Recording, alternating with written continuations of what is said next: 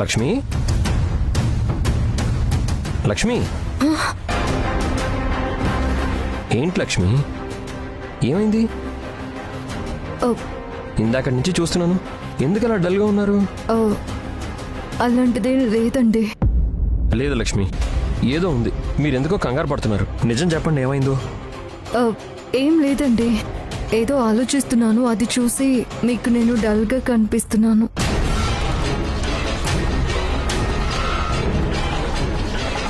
అరే, కిటికీ ఎందుకు మూసేశారు? తెరిస్తే చల్లని గాలి వస్తుంది కదా. పర్వాలేదండి, ఉండండి. వద్దండి. ఏమండి,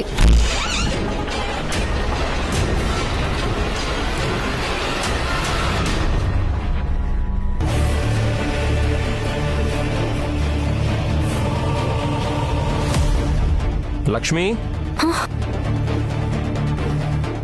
ఇలా రండి.